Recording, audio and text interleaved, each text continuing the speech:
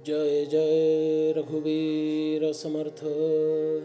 गणेश शारदा चैव सद्गुरु सज्जनस्तथा आराध्य दैवतं गुह्यं सर्वं मे रघुनन्दनः।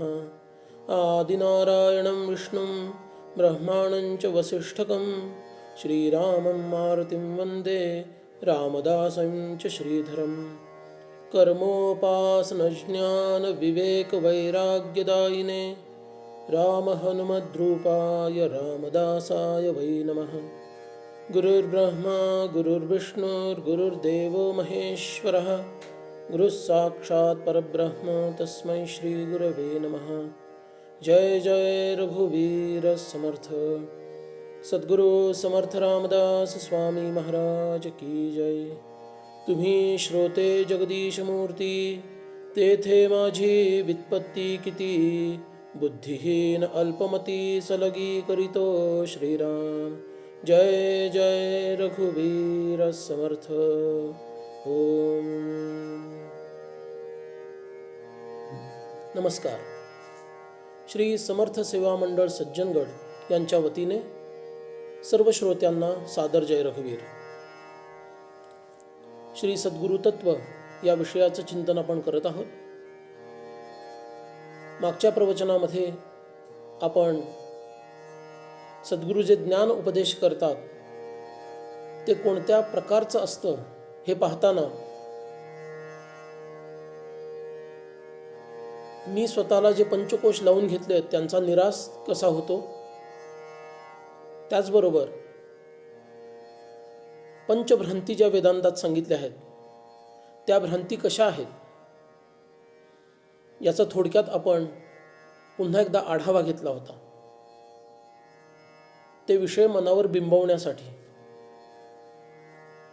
आणि त्यानंतर जीवाचा उद्धार कसा होतो, त्याच्या सप्त अवस्था कशा असतात याचा आपण विचार केला होता। त्यामध्ये पहिल्या 3 अवस्था ह्या बद्ध अवस्था आहेत,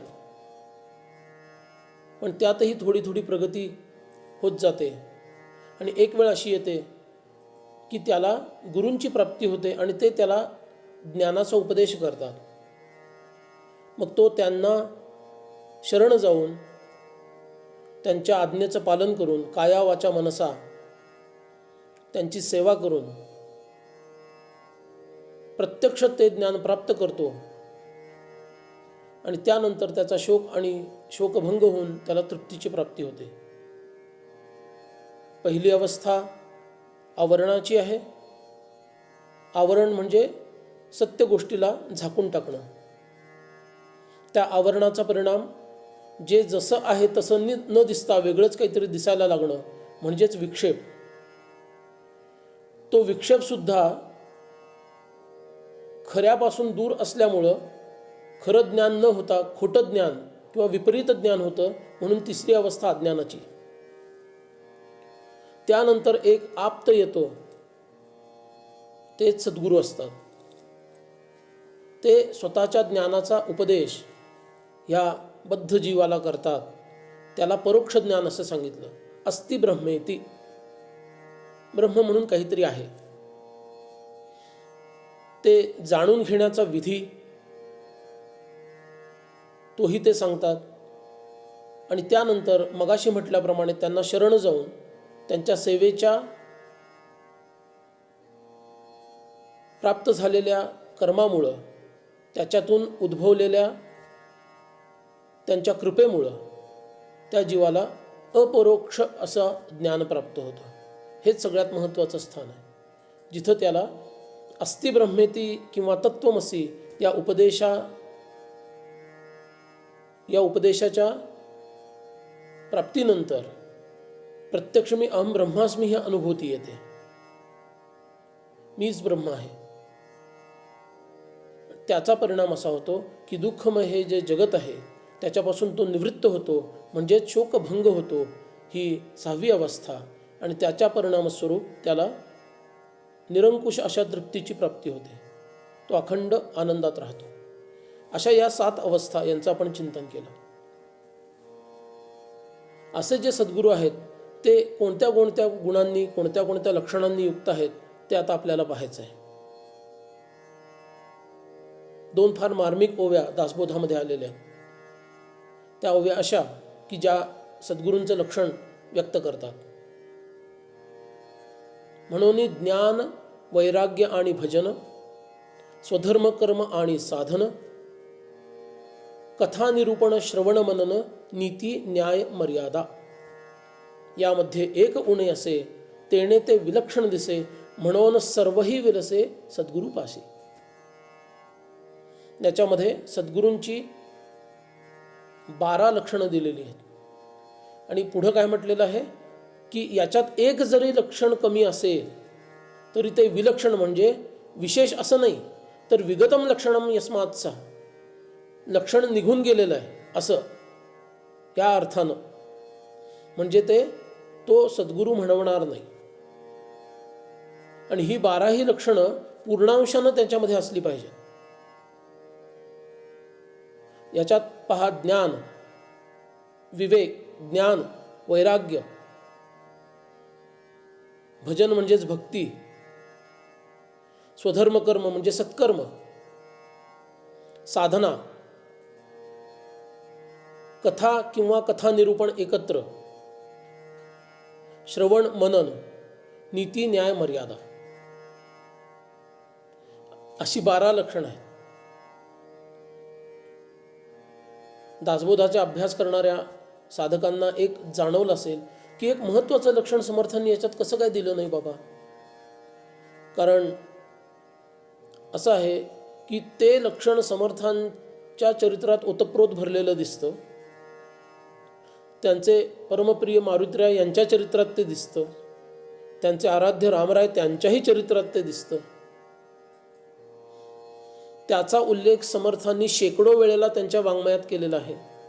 ते त्यांचं अत्यंत लाडकं असं तो सद्गुण आहे. असं असताना त्यांनी त्याचा उल्लेख सद्गुरूंच्या लक्षणांमध्ये कसा नाही केला की जे पारमार्थिक सत्तेमध्ये सर्वोच्च स्थितीमध्ये असतात त्या सद्गुरूंच्या संदर्भात एवढी सगळी लक्षणं दिली आणि ते महत्त्वाचं लक्षण कसं काय नाही दिलं.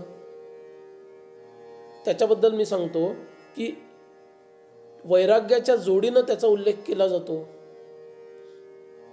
जसं अश्विनी कुमार एकटा येत नाही, दोघं असतात, किंवा जिथं राम असेल तिथं लक्ष्मण असतोच असतो, अथवा भरत असेल तिथं शत्रुघ्न असतोच असतो, तसं जिथं वैराग्य आहे तिथं ते लक्षण असतंच असतं. म्हणजे असलंच पाहिजे तरच त्याला पूर्णत्व आहे. श्रोत्यांची फार उत्कंठा वाढवत नाही. त्याचं नाव आहे विवेक.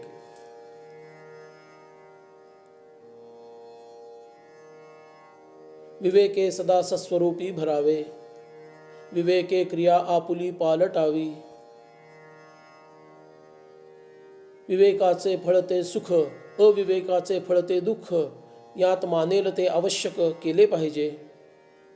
सृष्टी विवेकेची चाले, विवेकामध्ये सापडेना ऐसे तो काहीच असेना. विवेक पहावा बरा, बरा विचारतो खरा.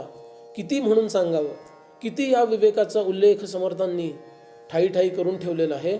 आणि असं असताना, तो एवढा महत्त्वाचा सद्गुण असताना श्री सद्गुरूंच्या लक्षणांमध्ये मात्र त्या विवेकाचा अंतर्भाव कसा काय नाही, अशी कदाचित शंका आपल्याला येईल. तर त्याचं उत्तर असं आहे की ज्ञान या लक्षणामध्येच उपलक्षणेनं विवेक हा आहे. विवेक नसेल तर ज्ञान होऊच शकत नाही. म्हणून इथं ज्ञानाबरोबर विवेक हा अनुस्यूत मानला पाहिजे, गृहीत धरला पाहिजे. म्हणून विवेक जोडून 13 लक्षणं होतात. अशा 13 लक्षणांनी युक्त 13 मंत्र समर्थांचा लाडका आपल्याला माहीत आहे. तसेच हे 13 लक्षणांनी युक्त असे हे सद्गुरू असं समर्थ म्हणतात. ज्ञान हा विषय आपण पाहिलेलाच आहे. त्याचा पुरेसा विचार आपण याच्यापूर्वी केलेला आहे. मग विवेक आणि ज्ञान याच्यात फरक काय. विवेक याचा अर्थ असा, वस्तू स्वरूप निश्चय अशी त्याची व्याख्या आहे. बरं, याच्यामध्ये परत स्तर आहेत. वस्तू विवेक निश्चय म्हणजे काय, हे सगळं सूत्रात्मक असतं बघा. त्यामुळे त्याचा उलगडा नीट करावा लागतो. तो उलगडा करण्यात भेद होतात म्हणून तर एवढे मतप्रवाह आहेत. कोणी अद्वैत म्हणतो, कोणी विशिष्ट अद्वैत म्हणतो, कोणी द्वैताद्वैत म्हणतो, कोणी केवलाद्वैत म्हणतो. समर्थांचं आणि आपल्या महाराष्ट्रातील संतांचं जे मत आहे त्याच्या अनुषंगानं आपण विचार करूया. वस्तू स्वरूप निश्चय म्हणजे विवेक. वस्तू म्हणजे सद्वस्तू, सद्वस्तू म्हणजे ब्रह्म. ब्रह्म म्हणजे जे मोठ्यात मोठं आहे, बृहदात बृहद आहे ते ब्रह्म.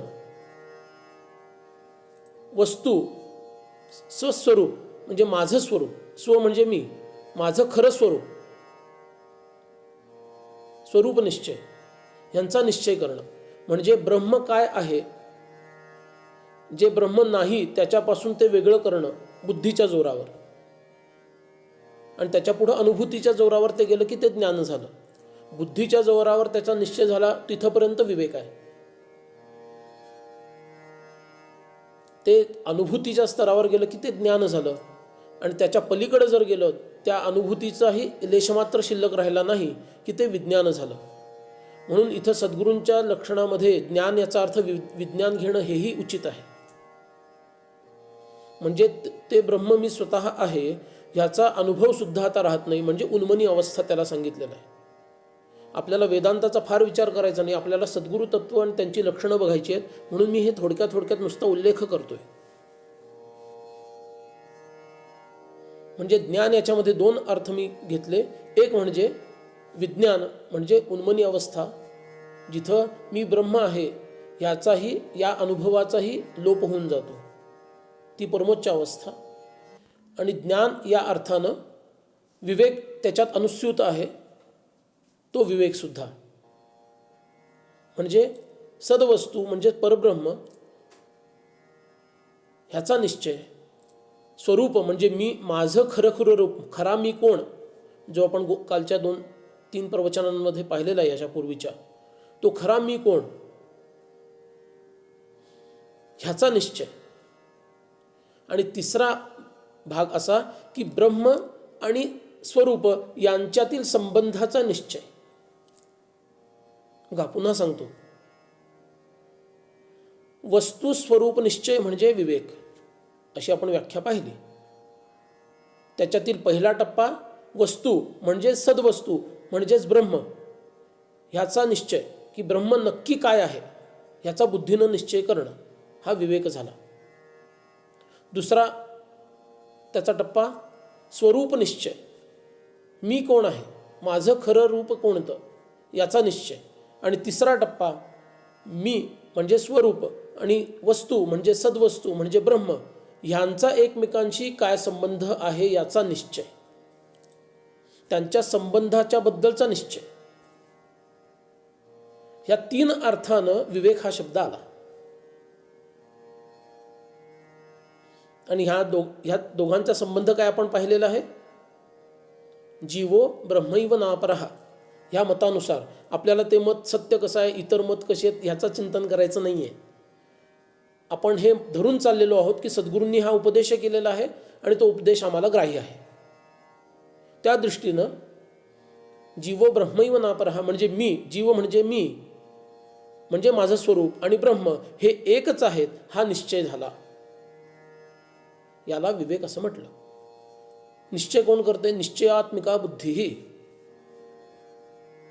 निश्चयात्मिका अंतःकरण वृत्ती सा बुद्धी.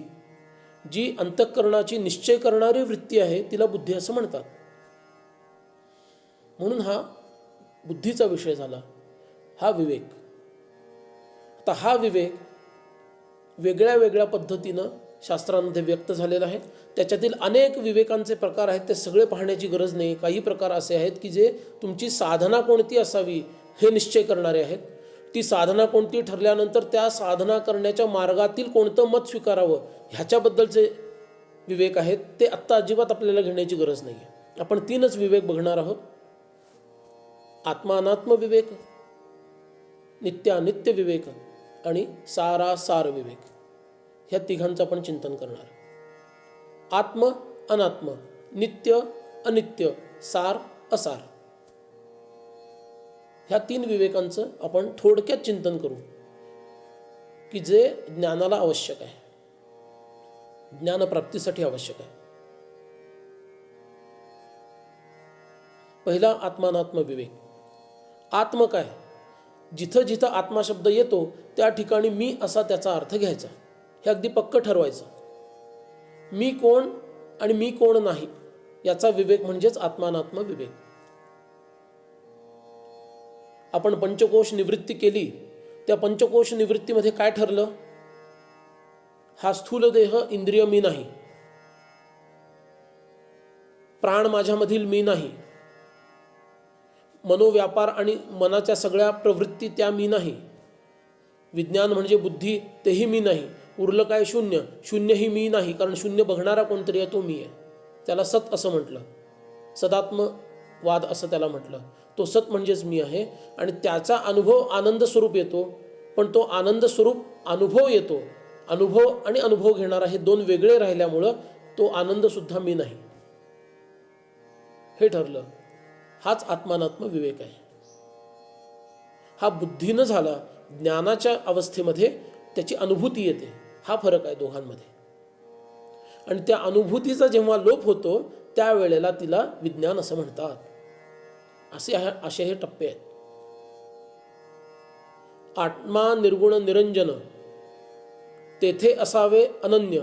अनन्य म्हणजे नाही अन्य. तेथे अन्य उरला कैसा? दुसरा कोण उरणार तिथं? अनन्य म्हणजे नाही अन्य.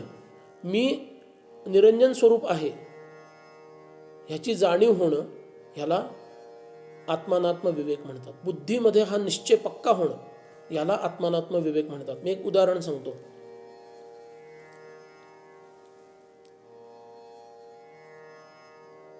कधी कधी असं होतं, एखादा अत्यंत सौम्य वृत्तीचा, शांत वृत्तीचा, विवेकी मनुष्य व्यवहारामध्ये, आणि तो मनुष्य अचानक कधीतरी काहीतरी वेगळं वागतो. कुणाला तरी दुखणं होईल, त्रास होईल असं काहीतरी बोलतो. कधी कुणाला तरी मारण्याचाही प्रकार त्याच्या हातून अगदी क्वचित प्रसंगी घडतो चुकून. लोकांना जेव्हा हे कळतं तेव्हा ते म्हणतात, अरेच्छा त्यांनी असं केलं. विश्वास बसत नाही. तोही नंतर विचार करतो की अरे मी असं कसं काय त्यावेळेला वागलो. त्याला असं वाटतं की जणू काही त्यावेळेला मी नव्हतोच आणि वेगळंच कोणीतरी ते कर्म केलेलं आहे.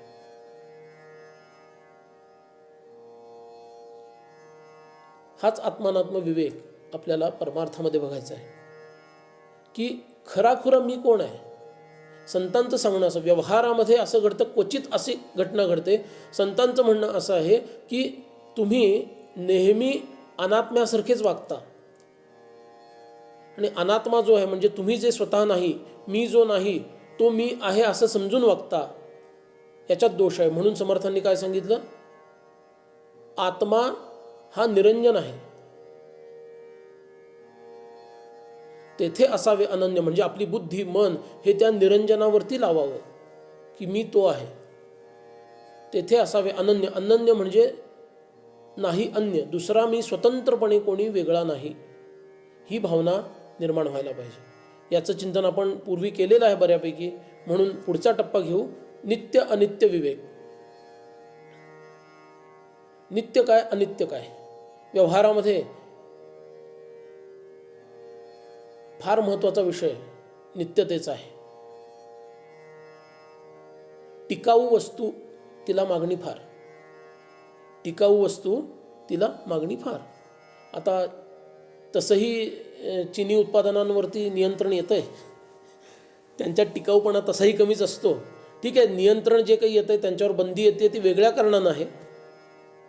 टिकाऊ नसणं हे त्याचं कारण जरी नाही आहे तरी सुदैवानं बंदी येते. पण जे हुशार लोक असतात ते टिकाऊ नसणाऱ्या गोष्टींना फक्त त्या कमी किमतीत मिळतात म्हणून स्वीकारत नाहीत. त्यांना टिकाऊपणाशी कर्तव्य असतं. भले 2 रुपये जास्त गेले तरी चालतील, पण मला टिकाऊ वस्तू दे असं ते सांगतात. नवीन बाजारहाट करायला शिकलेला मुलगा किंवा मुलगी, तिला आई काय सांगते, मागच्या वेळेस ते काय विचित्र घेऊन आलीस तू किंवा घेऊन आलास, 2 महिन्यात धुतलं नाही तर फाटून गेलं, आभरा असेल आणि काही असेल, एखादं वस्त्र असेल, यावेळेस मात्र एक 100 रुपये जास्त गेले तरी चालतील, काही हरकत नाही, पण जे काही आणशील ते टिकाऊ घेऊन ये. मी पण बरोबर आले असते, पण तुला शिकवायचं आहे म्हणून तुला समजलं पाहिजे टिकाऊ काय काय नाही ते, जा घेऊन ये. म्हणजे टिकाऊपणाला किंमत आहे. संत म्हणतात, अरे व्यवहारामध्ये टिकाऊपणाला तुला महत्त्व लक्षात येतं, मग तुला परमार्थातला टिकाऊपणा लक्षात येत नाही. सर्वात जास्त टिकाऊ काय, तात्विकदृष्ट्या विचार केला तर भौतिकशास्त्रामध्ये अशी संकल्पना आहे, कॉन्सेप्ट, त्याला म्हणतात परपेच्युअल मोशन मशीन. परपेच्युअल मोशन मशीन म्हणजे काय, अनंत काळापर्यंत कार्य करणारं यंत्र, जे कधीच होत नाही निर्माण. म्हणजे टिकाऊपणा कशात आहे, अनंत काळापर्यंत टिकणं हा सर्वोच्च गुण आहे, बरोबर ना. अनंत काळापर्यंत एखादी गोष्ट टिकणं हा सर्वश्रेष्ठ गुण आहे, तिची किंमतही तशी असणार. पण टिकाऊपणाला महत्त्व आहे. संत म्हणतात, जे तुला व्यवहारात कळतं ते परमार्थात अजिबात कळत नाही, ठोंब्याच नुसता. का, अरे इथं सगळ्यात टिकाऊ काय आहे, परब्रह्म हेच सगळ्यात टिकाऊ आहे, त्याला नित्य शाश्वत असं म्हणतात. ते घेण्याचं सोडून अशाश्वत असणाऱ्या, अनित्य असणाऱ्या, बदलणाऱ्या, नाश पावणाऱ्या, निर्माण होणाऱ्या, नष्ट होणाऱ्या अशा गोष्टींच्या मागं तू भंपकासारखा लागलेला आहेस. तुला काय म्हणावं रे, हे संतांचं सांगणं आहे. जर आपण खरेच हुशार असू तर व्यवहारामधल्या टिकाऊपणाचा उपयोग आपण परमार्थात सुद्धा केला पाहिजे. आणि परमार्थाच्या दृष्टीनं टिकाऊ काय आहे, परब्रह्म जे अनंत काळापर्यंत ते नष्टच होऊ शकत नाही. म्हणजे व्यवहारातील किंवा भौतिकशास्त्रातील जे अखंड कार्य करणारं यंत्र, परपेच्युअल मोशन मशीन, हे त्यांना निर्माण करता आलं नाही, येऊही शकणार नाही. त्यांनी हात टेकलेले आहेत, पण ते परपेच्युअल राहणारं, शाश्वत असणारं असं ब्रह्म मात्र पारमार्थिक सत्यमध्ये आहे. आणि तेच एकमात्र सत्य आहे. हा संतांचा साक्षात अनुभव आहे. म्हणून संत आपल्याला सांगतात, त्या नित्याकडे जा, अनित्याकडे राहू नको. सगळा संसार हा अनित्य आहे, सगळ्या गोष्टी बदलणार आहेत, व्यवहार बदलतात, नाती बदलतात, तुमचा देह पण बदलतो. वस्त्र बदलावं तसा देह बदलतो, जन्म मरणाचा फेरा चालू राहतो, म्हणजे तोही नित्य नाही आहे. आता आणखी एक मी त्याच्यामध्ये साधनेच्या दृष्टीनं एक विवेक सांगतो, जो मुख्य विवेकांमध्ये येत नाही, पण तो आपल्याला उपयोगी ठरेल म्हणून तो सांगतो.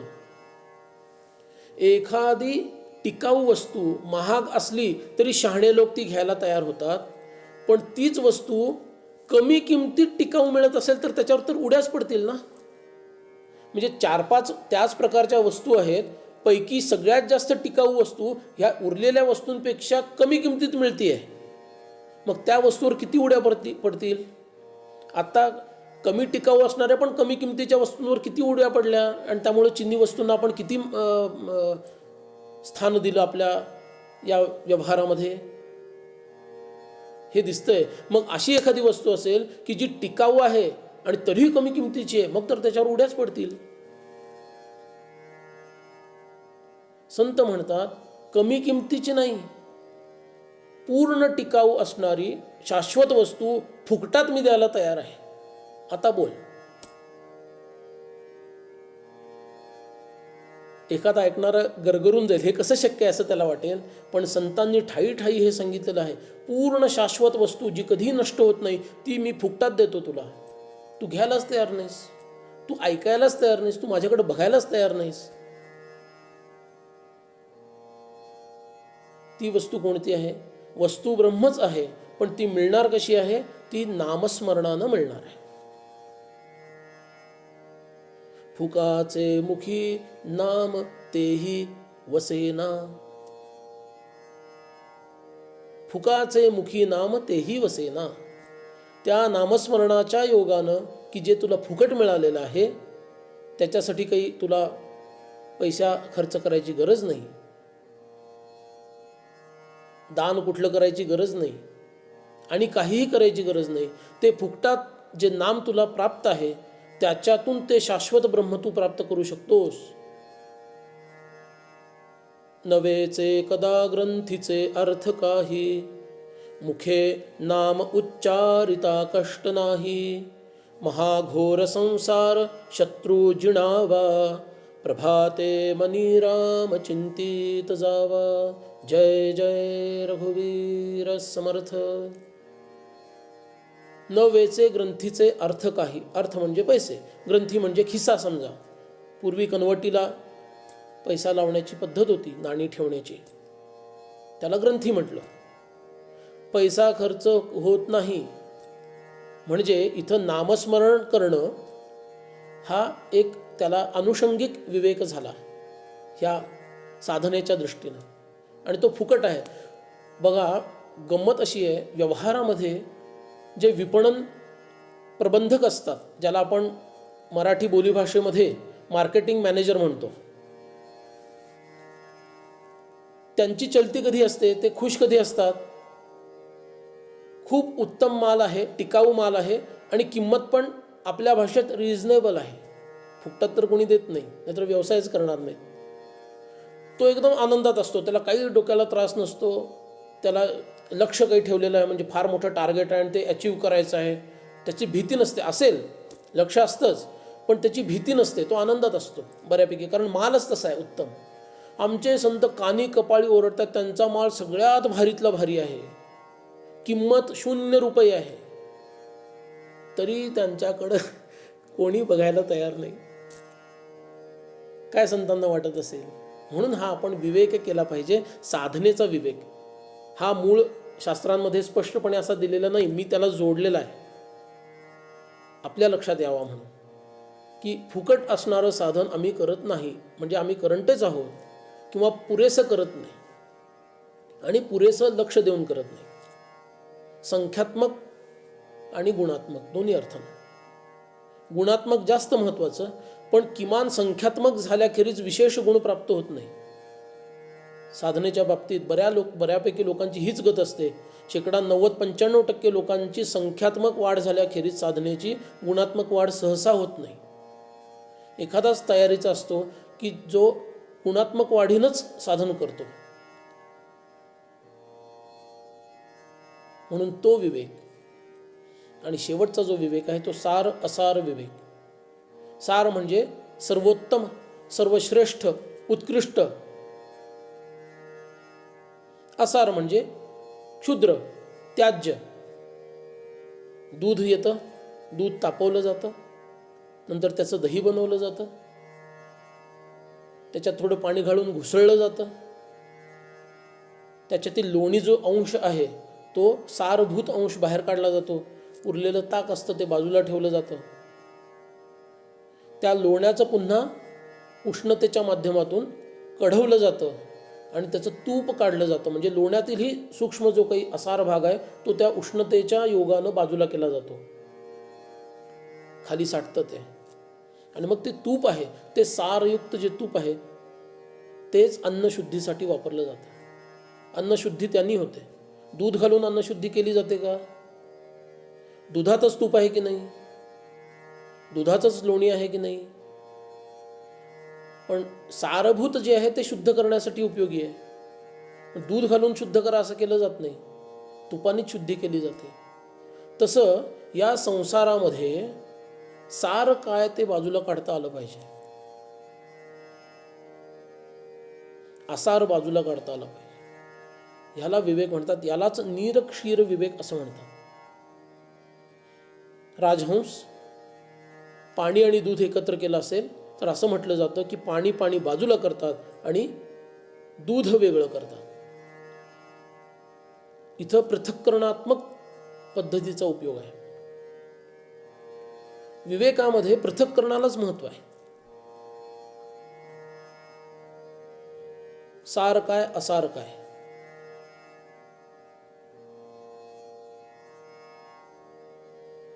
पहिला देह हा स्थूल देह आहे, 8वा देह मूळ माया आहे.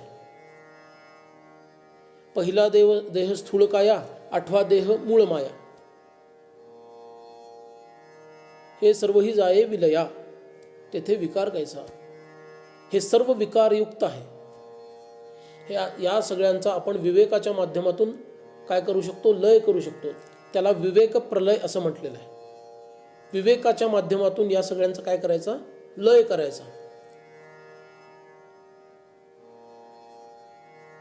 आणि फक्त जे उरतं ते ब्रह्म असं म्हटलेलं आहे. यालाच सार असार विवेक असं सांगितलं.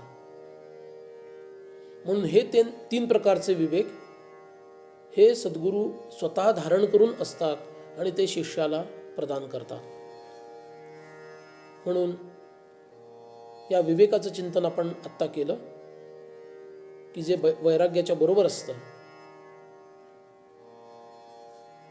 आत्मानात्म विवेक, नित्यानित्य विवेक, सारासार विवेक. त्याच्या जोडीला मी एक सांगितलेला तो म्हणजे साधनेच्या दृष्टीनं असलेला, मोफत प्राप्त असलेला असा नामस्मरणाचा विषय. हा विवेकही आपण केला पाहिजे. आणि ह्या माध्यमातून आपल्याला भगवंताची प्राप्ती निश्चित होईल हे संतांचं सांगणं आहे. सद्गुरूंमध्ये हे सर्व विवेक नित्य जागृत असतात. त्याखेरीज त्यांना ज्ञान म्हणजे आत्मज्ञान होऊच शकत नाही. या ठिकाणी जे ज्ञान हा जो शब्द आहे तो आत्मज्ञान या अर्थानं घ्यायचा आहे. अशा पद्धतीनं आपण सद्गुरूंच्या लक्षणांपैकी ज्ञान हा विषय आधी झालेला आहे, विवेक हा विषय बघितला. पुढच्या वेळेस आपण वैराग्य हा विषय बघूया. श्रोत्यांना विनंती आहे की हे जे काही चिंतन मी आपणापुढं मांडलं त्याचं अवश्य पुन्हा आपण चिंतन करावं आणि उद्या आपण वैराग्य या विषयाकडे वळू. तोपर्यंत सर्वांना वंदन करतो, माझ्या वाणीला विराम देतो. जय जय रघुवीर समर्थ.